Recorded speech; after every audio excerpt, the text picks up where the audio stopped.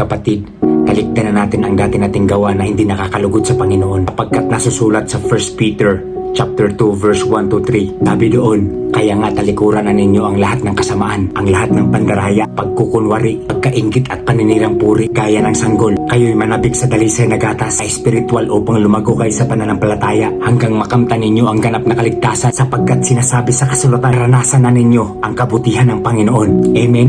Purihin ang salita ng Panginoon. Kapatid, natikman mo na ba ang kagandahang loob ng Panginoon? Natanggap mo na ba ang kanyang mabiyayang kaloob ng kaligtasan mula sa kasalanan mamagitan ng ating pananampalataya sa ating Panginoong Hesukristo na nagbayad ng halagang pangtubos para sa ating kasalanan noong siya ay namatay sa Kalbaryo? Ang kanyang muling pagkabuhay ay nagpatunay na ang kanyang mga pag-aangkin at mga pangako ay totoo. Kung gayon, dapat kang magkaroon ng gutom na makilala ang Diyos, at sumakatuwid ay isang matinding pagnanais na matutuhan ang kanyang salita at sundin ang mga tuntunin nito. Yan ang tanda sa isang tunay na Kristiyano. Amen? Kaya kapatid, talikuran natin ang hindi kanais-nais sa harapan ng Panginoon. Bumalik tayo sa kanyang presensya. Huwag nating hayaan na malayo tayo sa kanya, sapagkat sinasabi sa kasulatan, kikita sa Hosea chapter 7 verse 13, mapapahamak sila dahil sa paglayo sa akin. Lilipulin sila sapagkat naghihimagsik sila laban sa akin. Tutubusin ko sana sila, ngunit nagsasalita sila ng kasinungalingan laban sa akin. Amen?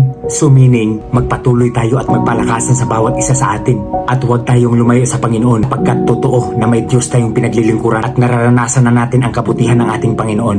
Amen? To God be all the glory.